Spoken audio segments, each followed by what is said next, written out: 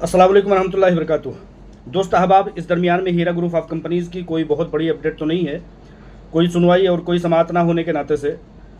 अलबत्ता एक दो बातें हैं जो आवाम के सामने और मद्देनज़र लाना ज़रूरी लगता है।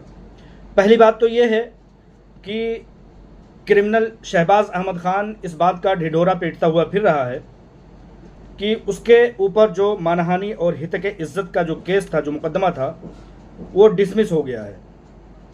तो मैं उसको और उसकी तरह सोच रखने वाले तमाम क्रिमिनल्स को, तमाम खातियों और तमाम मुजरिमों को ये बताना चाहता हूँ कि किसी भी मुद्दई का पुश्त पर चले जाने की वजह से तुम्हारा मुकदमा डिसमिस होना कोई इस बात का सबूत नहीं है कि तुम बरी हो गए हो। मुकदमात हिंदुस्तान में या दुनिया के किसी भी कोने में इंसान के ज़मीन में चले जाने यानी कब्र में चले जाने के बाद भी रीओपन हो सकते हैं। यहाँ पर हीरा ग्रुप ऑफ कंपनीज़ का मामला ये है कि board of directors, CEO Alma doctor Nauhara Sheikh साहिबा, वो सब के सब किस हालत में और कहाँ हैं इस वक्त, ये हर कोई जानता है। जब MIM शहबाज अहमद ख़ान क्रिमिनल के केस में एक बहुत मजबूत पेशरफ्त चल रही थी, करीब था कि बहुत जल्द उस पर बड़ी कार्रवाई हो जाएगी, ऐसे वक्त में हीरा ग्रुप ऑफ कंपनीज की सीईओ आलमा डॉक्टर नौहरा शेख साहिबा अगर दीवारों के पीछे चली जाती हैं या किसी मसाले में गैर हाजिर हो जाती हैं, उस मौके का फ़ायदा उठा करके मामले को डिसमिस करा देना, मुकदमे को डिसमिस करा देना, इस बात का सबूत हरगिज़ नहीं है कि वो खाती, वो मुजरिम, वो ब्लैकमेलर, वो रेपिस्ट, वो बेगुनाह साबित हो गया। इस बात का सबूत हरगिज़ नहीं है। मैंने कहा अपने हिंदुस्तान में ही बहुत सारे मामलात ऐसे हैं जो लोगों के कब्रों में चले जाने के बाद तक वो मुकदमात रीओपन हुए हैं, कंसीडर हुए हैं, उस पर दोबारा समाअत, ज़िमनी समाअत शुरू हो जाती है। लिहाजा जब हीरा ग्रुप ऑफ कंपनीज अपने वक्त पर लौटेगा तो इन क्रिमिनल्स के ऊपर वो मामलात फिर से दोबारा शुरू होंगे और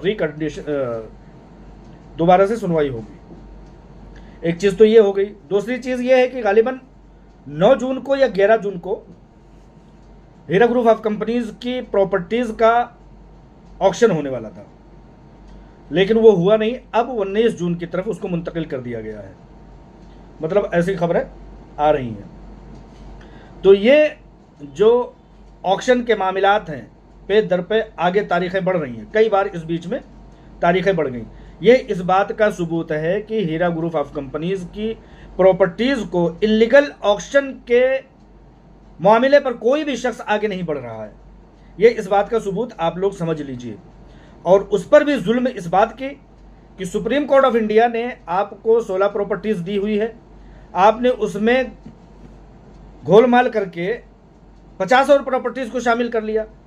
तो ये दुनिया में जिसने भी 1 लाख रुपया हो या 1 करोड़ रुपये, 10 करोड़ रुपए हो या 50 करोड़ रुपए, 100 करोड़ रुपए, इतने बड़े बड़े अमाउंट कोई यूं इलीगल ऑक्शन या किसी भी गैर कानूनी काम में नहीं लगाएगा। क्योंकि कल को जब ये रिकंडीशन होगा, दोबारा सुनवाई होगा, तो उसमें ये सारी चीज़ें फ्लॉप हो सकती हैं, फेल हो सकती हैं और इसको उसके हकदार तक वापस भी दिया जा सकता है। इसलिए मेरे ख्याल से लोग नहीं आ रहे हैं। और ये तारीख पर तारीख जो तब्दील हो रही है ऑक्शन की, नीलामी की, वो इस वजह से हो रही है।